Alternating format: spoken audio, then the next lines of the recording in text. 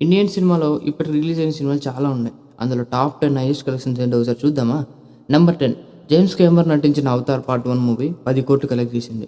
Number 9 Bollywood film Ranbir Kapoor నటించిన 'rock star' movie 11.15 share collect చేసింది. Number 8 ట్రిప్ త్రిప్‌ని లీడ్ యాక్టర్స్‌గా నటించిన 'లైలా' మూవీ 11.60 షేర్ కలెక్ట్ చేసింది. నంబర్ 7 ఇండియన్ ఫిల్మ్ మీద one of the best movies 'Laila'. ఇది ఒక 30 షేర్ దాకా కలెక్ట్ చేసింది గురు.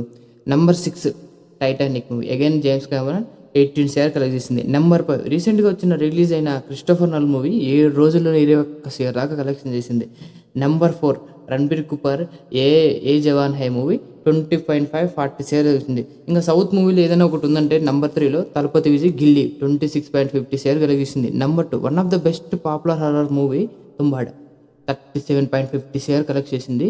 దీని రికార్డ్ ఎవరు బ్రేక్ చేయలేదు. End of the finally number 1 అంటే తుంబాడు రికార్డ్ చేసిన బ్రేక్ని ఎవరు బ్రేక్ చేయగలని చూస్తుంటే ఈ లవ్ బ్రేకప్ అనే ఒక మూవీతో వచ్చి సనం తేరీ మూవీ 38 షేర్ దాకా కలెక్ట్ చేసింది.